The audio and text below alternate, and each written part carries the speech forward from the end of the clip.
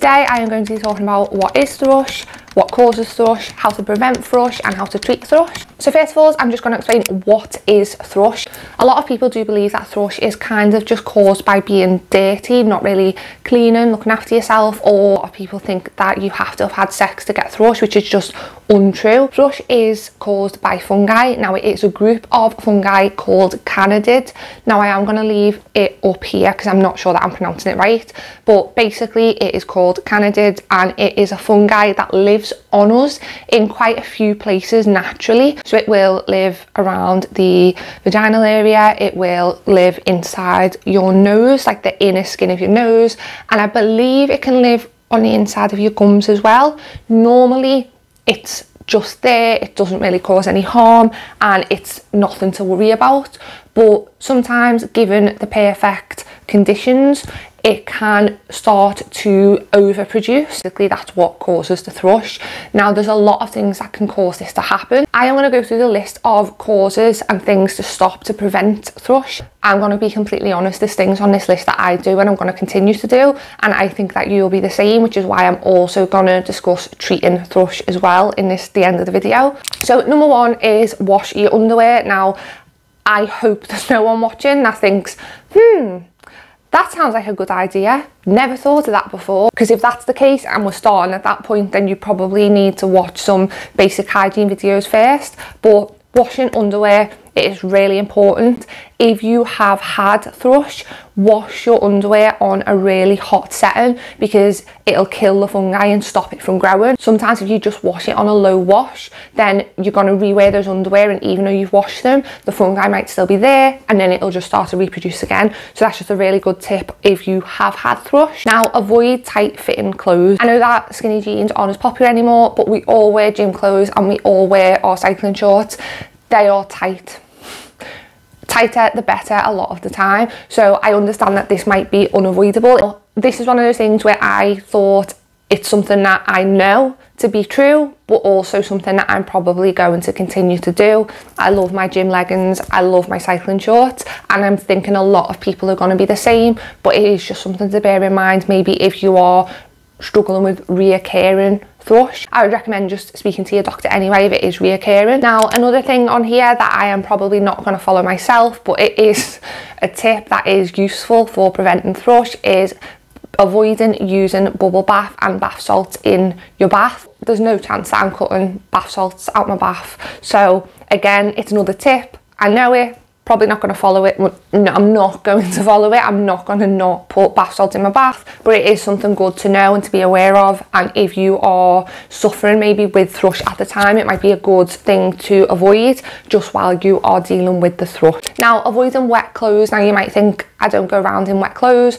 What this merely means is just say if you've been swimming or if you're somewhere hot and you go in a lake or the river, just try to keep those clothes on for as little time as possible. So if you are wearing your bikini but then you're going to sunbathe, maybe change out of the bikini and wear shorts instead, just so you're keeping the wet clothes on for as little time as possible, because fungi loves moist, I hate that word.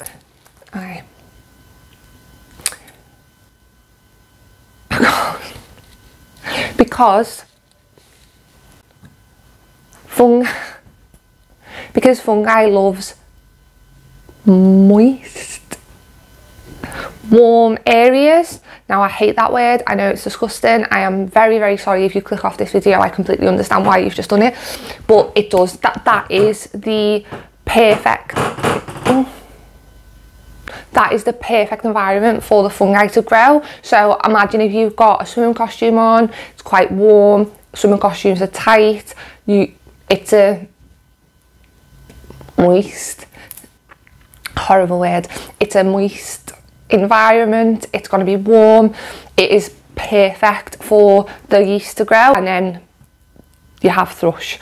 Now another one, I know a lot of people are divided on this, and again it does go down to what you feel comfortable with. You're not actually supposed to use soap products to wash your area, your foof, whatever you like to call it. You are supposed to use only water in that area, and you're not supposed to douche either. Now, again, I don't know if I'm saying that right, and I think it's more of an American thing.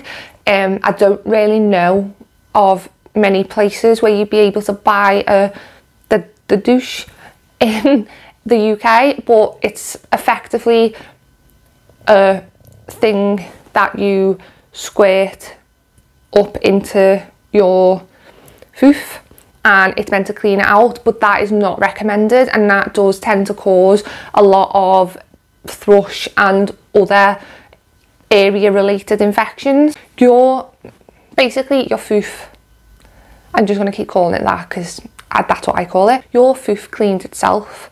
Now obviously you still have to be washing, you still have to get a shower, use soap or whatever it is that you use to wash yourself. You need to use water on that area, but the actual internal area of your foof, it cleans itself. It is very clever in the way that it does it. It's kind of like shedding.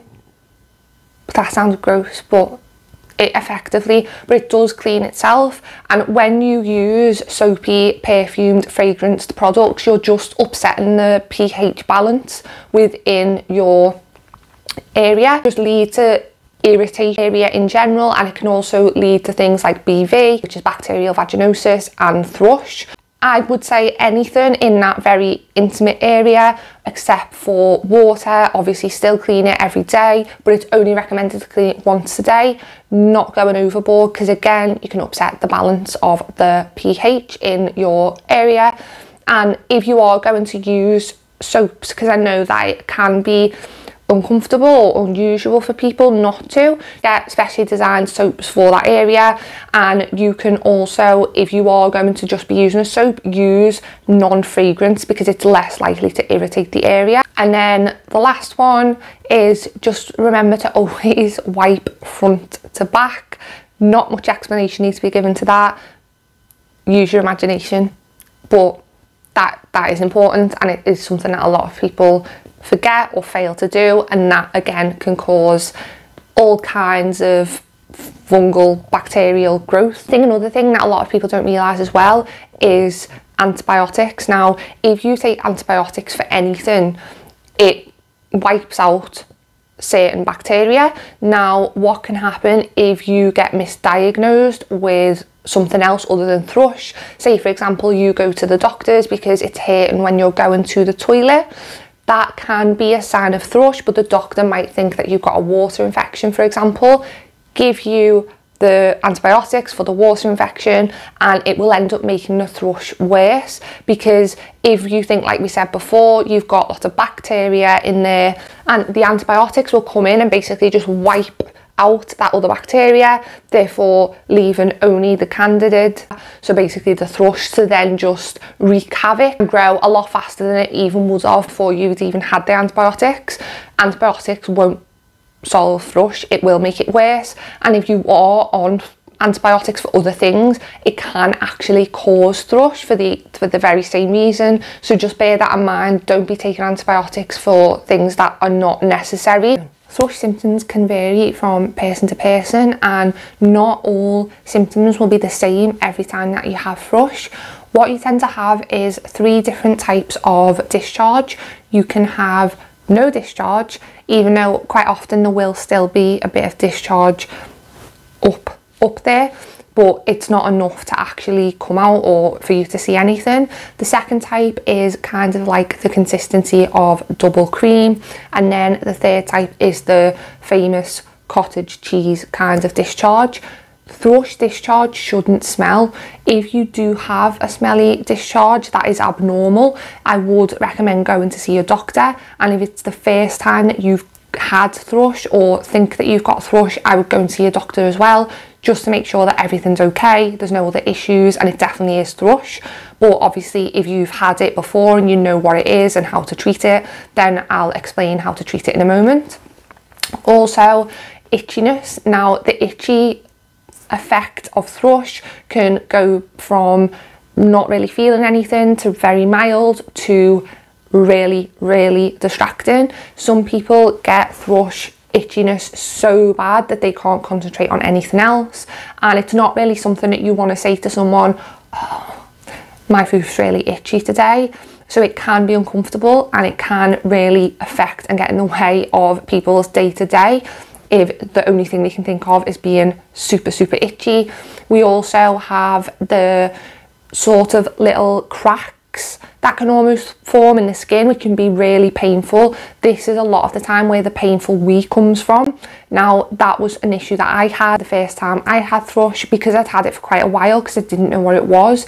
I had got these little cracks in the skin when I was going to the toilet. It was excruciating. Now, I know I was 13, so it probably wouldn't be as painful now, but at the time it was so painful that I tried to basically tried to hold in going to the toilet for as long as possible, which I understand now will have made it a lot worse because the wee would have been a lot more potent if I was just holding it in all that time and not drinking anything, which meant that it would have been even more painful. If I'd have just kept drinking water, it probably wouldn't have been as painful because I would have flushed myself out. It would have just basically been clear water.